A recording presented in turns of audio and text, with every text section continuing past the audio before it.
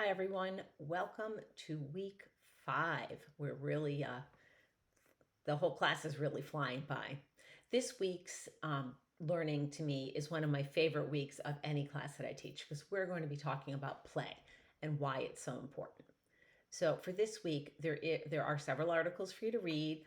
Play with regard to executive functioning, the importance of play, um, academics versus play, and the actual title is the false dilemma that some preschools have. Looking at the Massachusetts guidelines for preschool learning experiences.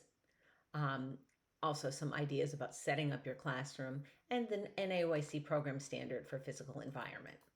You do have some videos to watch, again, on play and positive learning environments.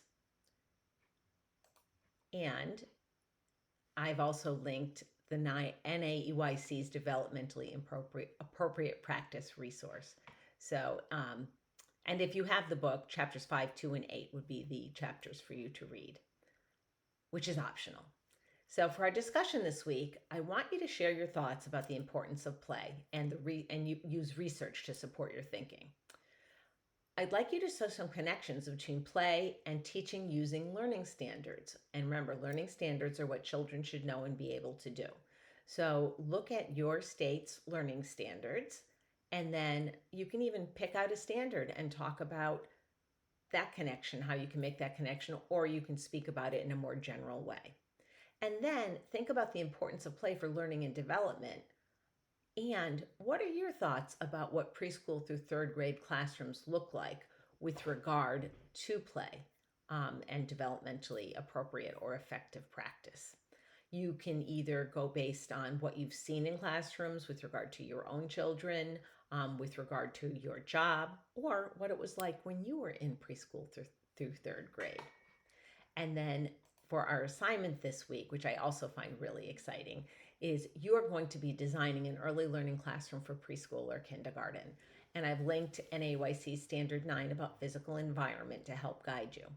You should describe the environment, including the materials. So even though I'd like you to design a classroom, so a graphic, a visual representation of that, you should also include descriptions of why you designed it the way you designed it. Be very intentional with your design based on what we've learned this week.